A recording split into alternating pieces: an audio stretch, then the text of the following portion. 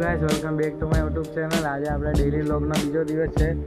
આજે વાગ્યા છે સાંજના 5 અને આપણે ધાબા ઉપર આવી ગયા છે। જોઈ શકો છો ધાબા ઉપર આવ્યા તો ફક્ત ખાલી એક પતંગ ચગી રહ્યો છે નાના છોકરાનો, બાકી એક પતંગ ચગતા નથી આજે। હવે બહુ જોઈએ એટલા શું કરીએ વિચારીએ। અત્યારે તો ફક્ત દોરી છે આપણા જોડે, બધા ભાઈબંધો આવશે, હજુ એક બે ભાઈબંધને કીધું છે પતંગ લઈને આવે એટલે પછી ચગાવવાનું ચાલુ કરીએ।